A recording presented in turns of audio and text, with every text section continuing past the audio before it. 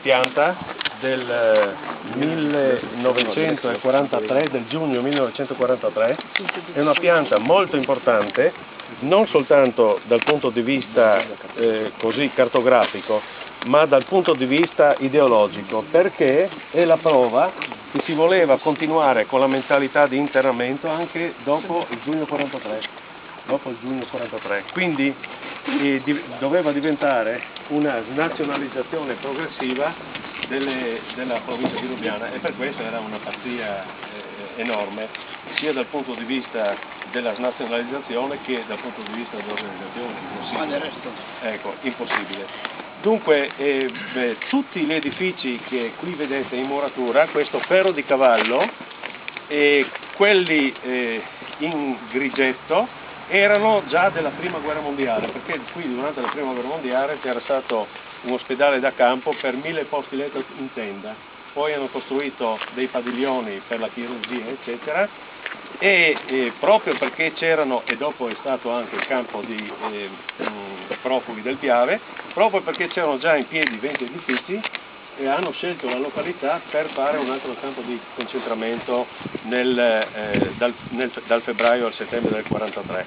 Se noi sovrapponiamo l'attuale perimetro della caserma, questo è l'attuale perimetro della caserma, vediamo che il campo è conservato intatto, è un unicum in campo internazionale, l'unico campo fascista italiano intatto, palesemente intatto. Su questo non c'è il minimo dubbio, io posso spiegarlo a chi vuole, e abbiamo perfino la controprova che è un disegno realizzato da un internato sloveno, Franz Dergans, che ci mostra che oltre l'attuale chiesetta, che è là in fondo, dove la lapide là in fondo, c'era l'acquedotto, e oltre l'acquedotto si estendeva ancora un larghissimo spazio di campo di concentramento che poi è stato restituito alla terra agricola.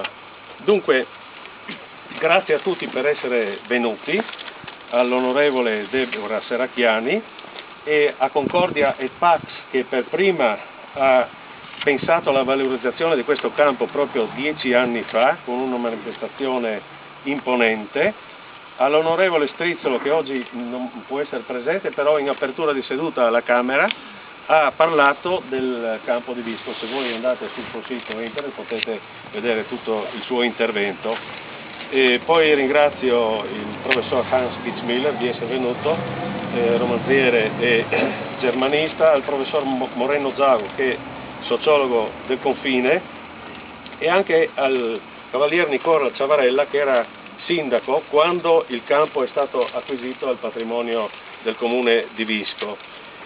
Inoltre un particolare benvenuto al dottor Milan Škrl, consigliere di Stato di Slovenia, già rappresentante della Slovenia alla Commissione ONU per la lotta contro la droga, che è venuto qui. Il dottor Milan Škrl ha conosciuto bene questo campo perché ci è rimasto diversi mesi quando aveva 7 anni. Suo fratello ne aveva 6, ne ha compiuti 6 il giorno di San Pietro, proprio qui. Aveva un altro fratello che era venuto scheletrito da Arbe, e difatti sono riusciti a metterlo in cucina per farlo riprendere. Altre 2 sorelle e la mamma. Il papà invece passò per l'inferno di Arbe e dopo andò a Gonars. Dunque un grazie anche agli alpini che in maniera proprio così imparziale aiutano tutte le manifestazioni che si svolgono nel comune di Visco, l'associazione Terre sul confine di Visco e il Gasparini di Gradisca col suo segretario professor Mattiussi. Arrivavano a piedi da quella parte, arrivavano da ovest nel fango o nella polvere, non c'era alternativa perché la strada era bianca, o c'era fango o c'era polvere, ma erano partiti da est, arrivavano perché si voleva snazionalizzare la loro terra, arrivavano soprattutto dalla Slovenia ma anche dalla Croazia, dalla Bosnia, dalla Erzegovina e dal Montenegro, perché si voleva privarla delle forze migliori. Difatti venivano internati soprattutto i giovani, gli studenti, gli intellettuali. Ecco, arrivavano in un posto emblematico della cultura europea, perché questo posto è stato per 5 secoli sul confine. Qui c'era la frontiera sul confine dell'impero tra cultura latina a ovest e slavo, tedesco, ungherese a est.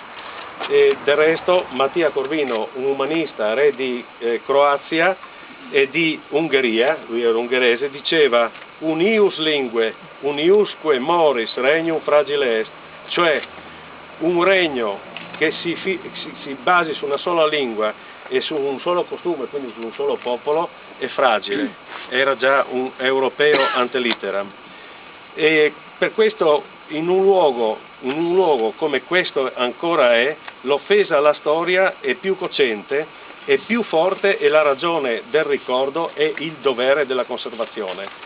Venivano legati con gli schiavettoni. Voi non so se avete mai visto un uomo, ecco, lui è stato legato con gli schiavettoni perché è il presidente regionale dell'ANPI ed è stato anche deportato, è un ex deportato, quindi conosce bene queste cose, ma la maggior parte di queste cose, grazie a Dio, non le ha viste. Io le ho visto dei delinquenti comuni legati con gli schiavettoni mentre andavano, molte volte l'ho visto a Gorizia, mentre andavano a fare le analisi cliniche. Vi garantisco che anche se quello si sa che era un ladro, un assassino o qualche cosa del genere, cadono le forze a vedere un uomo legato con gli schiavettoni. È il massimo del degrado del concetto di umanità. E passavano per la porta del campo, che era questa, aveva il portone che ora è da un'altra parte, e in questo edificio era stato costruito appositamente per il corpo di guardia del campo. Questo era preesistente dalla prima guerra mondiale. Il ferro di cavallo che voi vedete è tutto originale ed risaliva già alla prima guerra mondiale. Comunque nel periodo del campo era la zona comando del campo. Mentre noi procediamo c'erano edifici, tutto quanto riguardava la logistica del campo. Il primo edificio sulla sinistra era la cucina per gli internati. Io ho intervistato l'ex aiutante maggiore del campo, che era una persona, è stato molto corretta, aveva 90 anni, e mi ha raccontato tante cose del campo. Forse dicevano le cose che sono poi degli stereotipi in questo caso, ma noi mangiavamo tutti da una stessa cucina. Io sono andato a vedere in una carta che ho ritrovato in un archivio militare e ho visto che invece le cucine erano due. Questa era la cucina per gli internati e l'altra era una cucina per gli ufficiali. Ecco. E poi c'erano tende e baracche. Quando parliamo di tende e baracche dobbiamo pensare che il campo è rimasto attivo dal febbraio al settembre del 1943, quindi qui c'era un freddo impressionante. Per fortuna c'è stato uno staff medico molto bravo, c'erano 9 medici e anche un internato che il poeta Igor Gruden disse che il cibo qui era pessimo, era peggiore addirittura della caserma di Lubiana in cui erano rinchiusi, però era continuo, quindi riuscirono a sopravvivere. Morirono di fatti in 25, non dico solo in 25, qualcuno l'ha detto purtroppo in maniera blasfema, solo in 25 o appena in 25, perché arrivavano già defedati da Arbe, dove vedremo dopo cosa succedeva. Ecco, andiamo avanti. Attenzione. Occhio al... sì. Dunque sulla sinistra vediamo le cucine del campo, tutti gli edifici che hanno quella squallida e uniforme tipologia, cioè il tetto a capanna, sono tutti originali dell'epoca. In pratica il cuore del campo, la logistica e il comando e le cucine rimane intatto. Ecco. E io per ricostruire queste cose sono andato alla ricerca di testimoni diretti e sono riuscito a parlare col dottor Cavaliere, che era uno dei 9 medici che facevano parte dello staff medico. Del dottor Avenia ho sentito parlare, che è un medico, questo fatto mi ha commosso personalmente, è un medico che ha curato Milan quando era bambino e ha curato me dopo la guerra, perché io sono nato nel 1944 quando il campo era già chiuso. Poi ho ricercato e ho trovato la figlia di un altro medico, il dottor, ecco queste erano le le cucine. Dopo sono continuate ad essere cucine, ovviamente più moderne, fin quando sono state costruite quelle che come un palazzetto dello sport, la cui costruzione è stata ultimata dopo la chiusura delle caserme nel 1996. Hanno finito di costruirle dopo la... Dunque, dicevo del tenente Castelbarco Albani, il quale si interessò addirittura oltre quella che era il suo dovere del tempo, perché su testimonianze dirette ho saputo che metteva soldi propri per comprare il Melling, perché ha detto che avevano sufficiente latte, ma il Melling non c'era per lo svezzamento. E ha fatto un appello anche alle donne goriziane perché venissero in soccorso di questo. Ho trovato una lettera in un archivio. Poi ho sentito parlare del tenente Federico Esposito, che era l'amministratore. Ovvio, questo è posteriore e si conosce dalla tipologia, anche un bambino sa riconoscere, solo chi non ha buona volontà riesce a non riconoscere. E questo tenente Federico Esposito era amministratore del campo e dopo è stato internato a Dachau. Quindi questo campo è stato lievito anche per la resistenza e per l'opposizione al fascismo, perché sia questo Federico Esposito sia l'addetto alla logistica di tutti i campi di concentramento, che era il generale Eugenio Mora, che lei avrà conosciuto, che era uno dei comandanti dopo dei partigiani verdi, tutti e due sono stati portati a Dachau.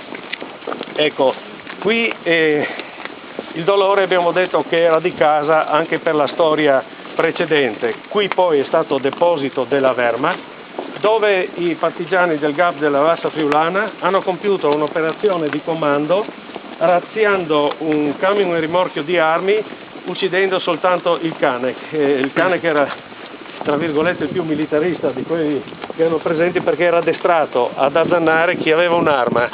Tentò di azzannare quello del momento giusto e mal gliene incolse, perché partì un colpo di Sten col silenziatore e lo fece fuori.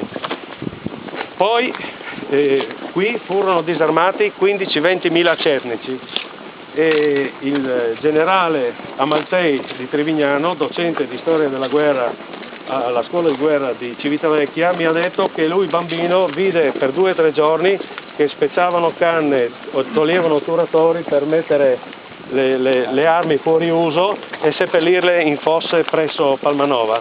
Di qui sciamarono dopo l'8 settembre i deportati in 3-4 mila persone e ritornarono a piedi alle loro terre. Furono soccorsi sia a Visco, a Versa e soprattutto a Ronchi dei Legionari, che fu un vero centro di smistamento del dolore, nel senso che 30.000 soldati italiani furono soccorsi, che dopo l'8 settembre, dopo il Rabalton, cercavano di scappare a casa, e questi 10.000 tra i deportati vischesi e quelli di Gonars che andavano nel senso opposto. Quindi fu un incrociarsi del dolore, un dramma sul dramma. Abbiamo visto che abbiamo conosciuto il dottor Milan Skrl, che dopo vi presenterò, e qui è venuta anche a portare i fiori in memoria dei suoi compagni Slavenka Uidur. Aveva 17 anni quando è stata internata, ha sposato uno di Osopo, un Benchiaruti di Osopo, e i suoi figli adesso parlano croato e parlano friulano e parlano italiano. Ecco, qui siamo davanti alla chiesa di Borgo Piave, che è stata rimessa in sesto per l'occasione. Ci sono state sei chiese a Borgo Piave. Chi l'ha vista prima sa che era molto diverso fin qualche giorno fa.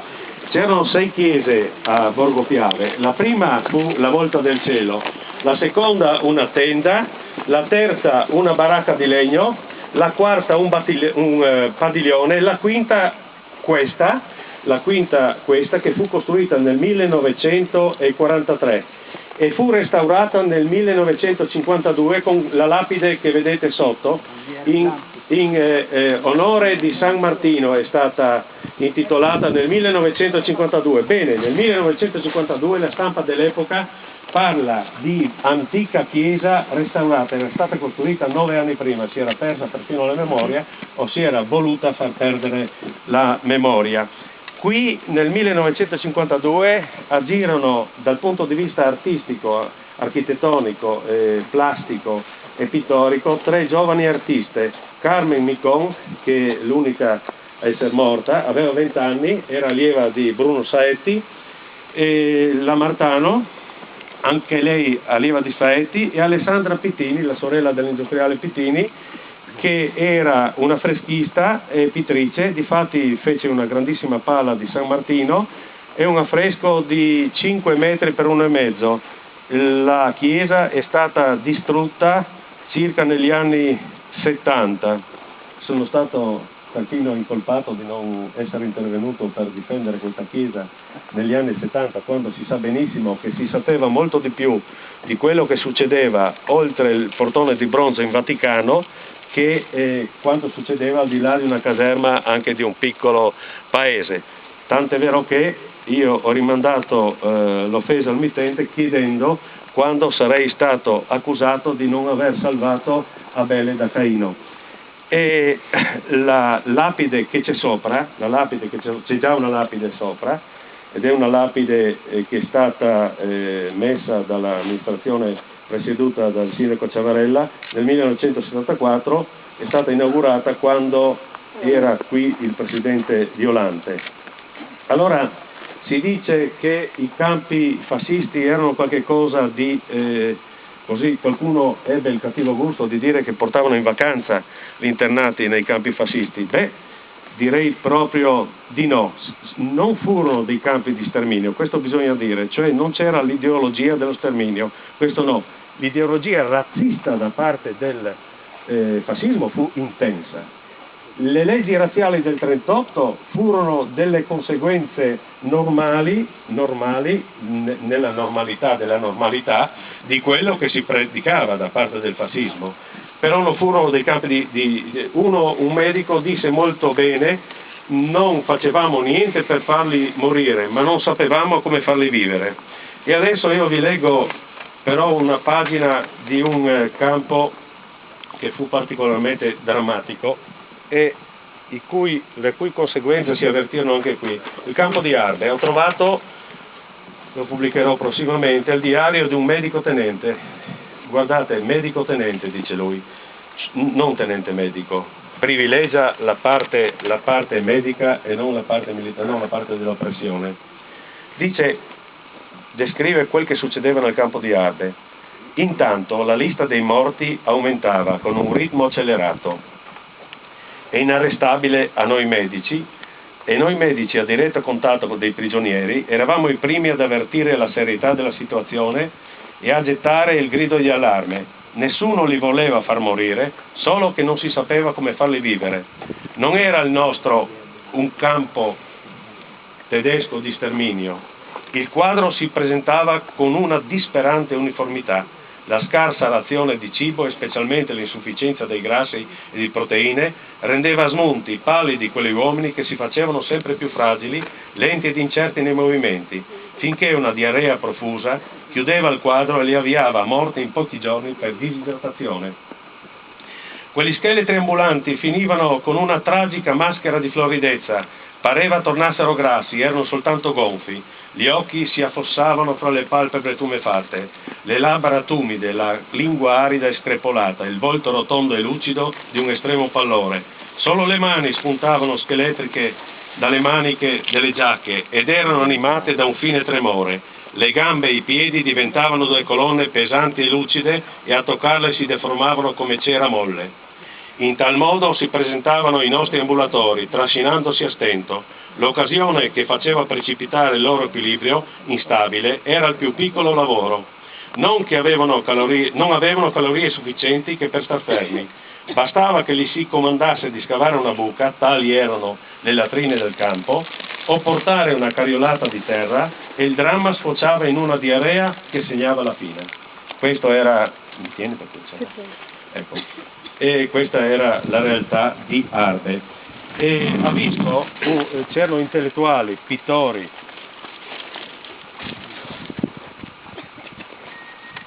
poeti, non si sente niente, ma comunque non c'è problema. E mi è stato segnalato da Ivan Bogric di Aurisina, mi è stato segnalato il poeta Igor Gruden, Ignaz Gruden, intellettuale mite, avvocato, si è fatto tutti i campi di concentramento, da Arbe a Gonars e perfino dopo un campo inglese a guerra finita. Leggo alcune poesie scritte proprio nel campo di Visco. Quando qui non c'era alcuna casa, la dogana, il palazzo della dogana era di una grandezza impressionante, dobbiamo pensare a tende che erano appena d'altezza d'uomo. Visco, sono state tradotte dallo sloveno. Gelsi in un mar d'erba oltre il filo spinato, serge un palazzo potente in mezzo ai campi. Davanti all'aratro 3 paia di mucche bianche arano la grassa terra friulana. Sopra nel sole ora migrano gli uccelli, verso la piana spira il vento del Coglio, lacerando fumo e nubi sul villaggio. In esilio a Visco ci hanno deportati. Farà primavera in questo spinato cerchio? Questo è il sogno che abbiamo senza gioia, sole, vento, uccelli allegri van sopra di noi, ma conosciamo solo il dolore del rimpianto. E queste erano le angosce della notte quando i riflettori frugavano e rompevano, squarciavano le tenebre. Gufi, li paragona ai gufi, i riflettori. Filo spinato all'intorno e sopra le torrette, dentro cupi i soldati con le baionette. Non giunge al campo il chiarore delle stelle. Le umide notti di pioggia primavera destano in noi desideri sconsolati. Dalle torrette si richiamano i soldati, i riflettori sono tra di noi l'intera notte. Appena prendo sonno vengo svegliato tutte le ore da grida prolungate, duri passi di guardie ci ridestano. Nella notte trafitta dai riflettori, quando dalle torrette par che gufi scuri facciano la guardia alle case dei morenti, da sotto una rupe sgorgar sento una voce: vivere è la nostra volontà, vivere. Qui per fortuna a noi, anche come paese, come terra, come luogo sul confine, non toccò la maledizione della morte di un bambino, che è toccata a tanti altri. 150 bambini sono morti tra Arbe e Gonars. Qui questa maledizione non successe. Lui scrisse qui però la ballata di un bambino. Ti partorì nella baracca quando divenni madre, piangesti una prima volta. Non ci furono allora dei passi striscianti davanti alla porta? Quando ti presi al seno non ti potei dar niente, piangesti un'altra volta. Non ci fu allora una figura bianca da pressarsi alla culla? Quando ti coprì con la gonna e volli alzarmi delirante, piangesti l'ultima volta. Si chinò su di te la morte, una fitta mi strinse il collo. Per me fosti il sogno d'un fiore, bambino mio, adorato, morto, dai prati del sol dove andasti, congiungici insieme, o morte, per sempre a dormir sulla tomba. Ecco perché questo luogo del fascismo più feroce e razzista va salvato, perché è emblematico di una valenza europea. Ed ora passo la parola all'onorevole Serracchiani.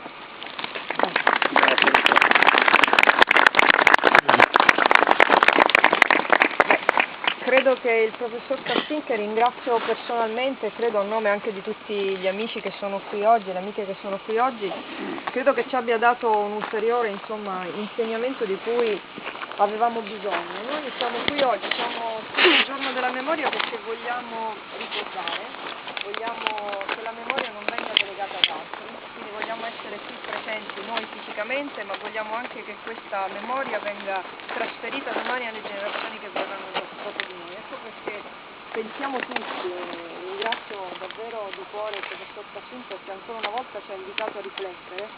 Credo che tutti siamo convinti, quelli che sono qui oggi, che questo luogo va salvaguardato. Questo luogo va salvato perché credo che quella memoria richieda anche un luogo fisico in cui ricordare anche i ricordi più belli. Per cui questa terra, che insomma, come ricordava prima il professor Cassin, credo che sia veramente del tutto fuori luogo distinguere un campo di concentramento da tanti altri. Distinguere una vita o una morte da un'altra sembra quasi paradossale oggi nel giorno della memoria. Noi vogliamo superare queste gratuite cattiverie, vogliamo superarle e vogliamo dire con forza che questo luogo merita altro, merita un'amministrazione comunale attenta, e noi siamo convinti che anche con questa manifestazione di oggi l'amministrazione comunale sarà particolarmente attenta a far sì che questo luogo si preservi perché è necessario davvero non soltanto la buona volontà di tanti come il professor Tassin che ricordano, ma c'è bisogno anche di avere un luogo dove andare, dove insegnare, a ricordare. E quindi lo ribadisco anche perché il mio ruolo in Europa impone più che mai oggi di salvaguardare i luoghi della memoria. Questi sono gli anni in cui stiamo perdendo anche i testimoni diretti, sono sempre di più, oggi ero alla richiera di San Saba, sono sempre di più quelli che non sono più con noi e che erano testimoni diretti. Proprio per questo abbiamo la necessità di conservarla quella memoria. Farlo non solo attraverso le persone ma anche attraverso i luoghi. A San Saba è stato fatto naturalmente e non solo era necessario ma era un dovere. Qui riteniamo che ci sia lo stesso dovere. E l'Europa ce lo chiede anche perché questo è un luogo europeo, questo è un territorio europeo, questa è una regione europea e non può essere da meno di tante altre regioni europee che danno ai luoghi della memoria tutta l'importanza necessaria che questa regione in questo momento sta dimenticando. Per cui siamo qui con forza per dire questo, ringrazio, lo faccio per tutti, mi scuserete se non lo ricordo tutti, ma ringrazio in particolare il Presidente dell'ANPI che oggi è qui con noi, mi ha fatto davvero un piacere non solo personale ma anche credo che sia un gesto importante. Ringrazio tutti i volontari che oggi ci hanno fatto entrare, che ci hanno garantito la presenza oggi qui, le forze dell'ordine, ma soprattutto ringrazio tutti voi e confido che siate voi a trasmettere quella necessità della memoria che non deve essere delegata. Questo spero che tutti noi oggi con forza diciamo questo. Ringrazio naturalmente per le belle parole, ma credo davvero che quello che conta oggi è essere qui per domani. E quindi dirlo con forza a chi non ci ascolta, ma insomma se sarà necessario torneremo.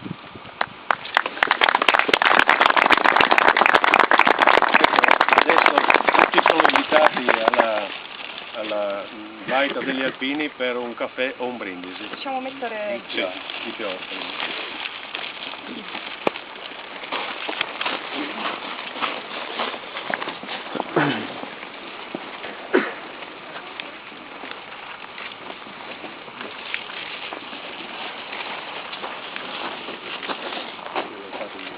Girati lì, girati. Gira, dopo che... Sali un attimo, sali un attimo.